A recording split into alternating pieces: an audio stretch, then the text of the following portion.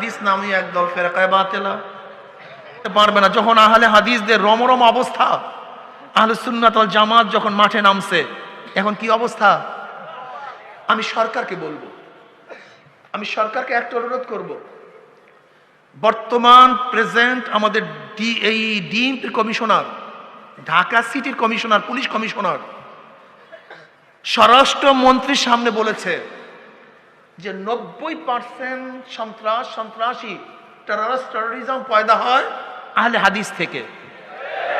আমি ডিএমপির কমিশনকে প্রশ্ন করতে চাই, আপনি যদি বলেন 90% সন্ত্রাসী পয়দা হয় আহলে হাদিস থেকে, তাহলে এরপর আপনি আহলে হাদিস ব্যান করেন না কেন?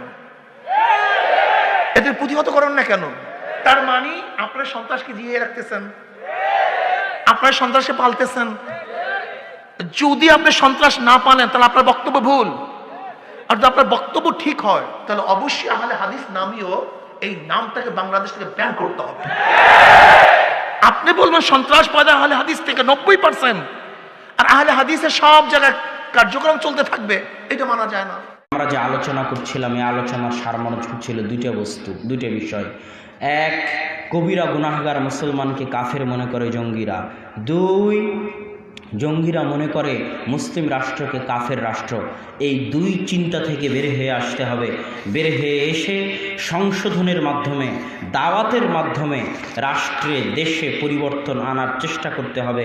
আল্লাহ সুবহানাহু ওয়া তাআলা আমাদেরকে সেই তৌফিক দান করুক, আল্লাহুম্মা আমিন।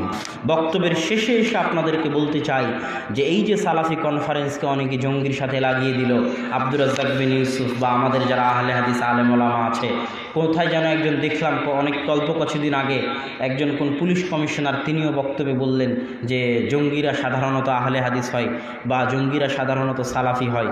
তো এই কথার ক্ষেত্রে আমি একটা কথা বলতে চাই, যদিও ঘুমন্ত পরিবেশ, এই জন্য সেইভাবে কথার মধ্যে আসতেছে না ওভাবে, কিন্তু একটা কথা যেটা বলতে চাই বাংলাদেশের সরকারকে, উপস্থিত প্রশাসনকে, উপস্থিত গোয়েন্দা বিভাগকে, যারা এখানে গোয়েন্দা বিভাগের লোকেরা আছেন, যেহেতু এই সালাফি কনফারেন্সকে নিয়ে গত 1 সপ্তাহ 10 দিন যাবৎ অনেক দৌড়ঝাঁপ, বিশাল ঝড়ঝাপটার মধ্যে দিয়ে যেতে হয়েছে।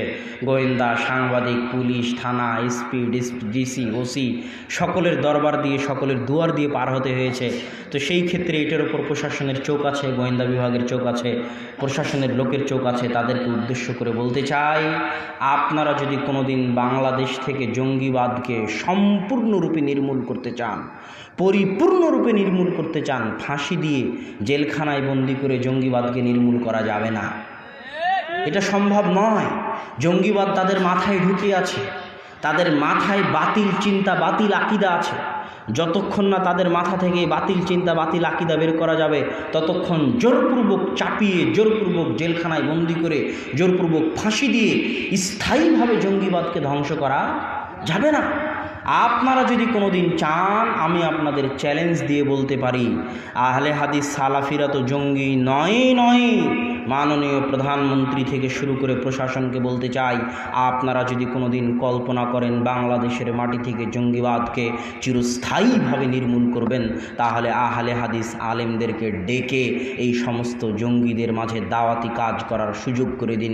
ইনশাআল্লাহ আহলে হাদিস আলেমদের সুযোগ দিলে, আহলে হাদিস আলেমদের রাষ্ট্রীয়ভাবে বাইতুল মোকাররম থেকে, টিভি চ্যানেলগুলো থেকে শুরু করে, জঙ্গি যাদের মধ্যে জঙ্গি আকিদা আছে তাদের মাঝে সারা দেশব্যাপী প্রোগ্রাম করার, আলোচনা করার, তাদের মিডিয়ার মাধ্যমে তাদের বক্তব্য দেওয়ার সুযোগ করে দিলে সর্বক্ষেত্রে ইনশাআল্লাহ বাংলাদেশের মাটিতে আহলে হাদিসরাই পারবে এই জঙ্গিবাদ, সন্ত্রাসবাদের চিন্তাকে বাংলাদেশের মাটি থেকে চিরতরে নির্মূল করে দিতে ইনশাআল্লাহ।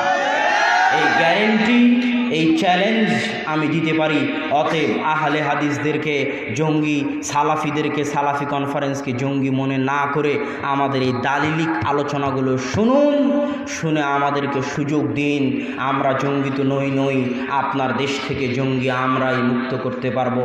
সেই দলিল, সেই জ্ঞান, সেই বক্তব্য, সেই আওয়াজ, সেই লেখনী আমাদের আছে ইনশাআল্লাহ। অতএব আমাদেরকে এটার সাথে সম্পৃক্ত না করে বরং আমাদেরকে গনিমত হিসেবে কাজে লাগানোর, বাংলাদেশকে শান্তি ও নিরাপত্তাপূর্ণ উন্নত রাষ্ট্রে পরিণত করার ক্ষেত্রে আমাদের সহযোগিতা গ্রহণের জন্য আবেদন জানাই। আর সালাফি কনফারেন্স ইনশাআল্লাহ, আমি গতকাল হয়তো কিছু কথা বলেছিলাম সালাফি কনফারেন্স নিয়ে, আজ আর বলতে চাই না। আজ এতটুকুই বলবো যে আল্লাহ সুবহানাহু তাআলা যাদের অন্তরে সালাফি কনফারেন্স নিয়ে সংকীর্ণতা আছে, আপনি তাদের অন্তরকে প্রশস্ত করে দিন, আমিন। এবং আমি আশা করব অন্তরের অন্তরস্থল থেকে আমাদের যদি কোনো ভুল ত্রুটি হয়ে থাকে ক্ষমা সুন্দর দৃষ্টিতে দেখবেন। সকলকে যারা যেখানে বক্তব্য শুনতেছে এই সালাফি কনফারেন্স আয়োজন করতে গিয়ে আমাদের দ্বারা যদি কোনো ভুল ত্রুটি হয়ে থাকে ক্ষমা সুন্দর দৃষ্টিতে দেখবেন। আর আমরা অনুরোধ করব, এবার যদি না পারেননি কোনো সমস্যা নাই, আগামী বছর সালাফি কনফারেন্সে আসুন, সালাফি কনফারেন্স আয়োজন করতে সহযোগিতা করুন। ইনশাআল্লাহ এটি একটি নেকির কাজ। জামিয়া সালাফিয়ার মাধ্যমে, সালাফি কনফারেন্সের মাধ্যমে বাংলাদেশের মাটিতে সালাফি আন্দোলন গতি পাবে, বিস্তার লাভ করবে ইনশাআল্লাহ।